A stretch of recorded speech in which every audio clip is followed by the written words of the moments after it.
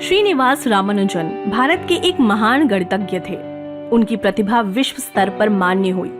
रामानुजन एक अत्यंत गरीब परिवार से थे। उनका बचपन चेन्नई के समीप एक छोटे से गांव में बीता। उनके पिता एक क्लर्क थे, लेकिन इस अभाव ने उनके मन में छिपे गणितीय कौशल को कभी दबने नहीं दिया। एक दिन की बात है, जब रामानुजन कॉलेज की पढ़ाई कर रहे थे, उस समय उनकी आर्थिक स्थिति इतनी खराब थी कि उनके पास लिखने के लिए ठीक से कागज भी नहीं हुआ करता था। आम छात्रों की तरह मोटी कॉपियां या रजिस्टर उनके पास नहीं होते थे। फिर भी वे कभी भी गणितीय समस्याओं पर काम करना बंद नहीं करते थे।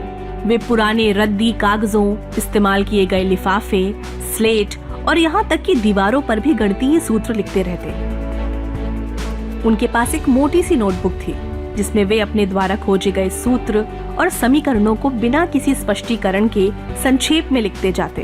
एक वही नोटबुक थी जिसे आज रामानुजन की नोटबुक के नाम से जाना जाता है और जिसने आगे चलकर गणित की दुनिया को हिला दिया। एक बार उनके एक सहपाठी ने पूछा, तुम इतनी मेहनत क्यों करते हो?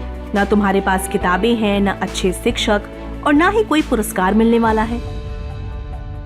रामानुजन ने मुस्कुरा कर कहा, गणित मेरे लिए ईश्वर की भक्ति है।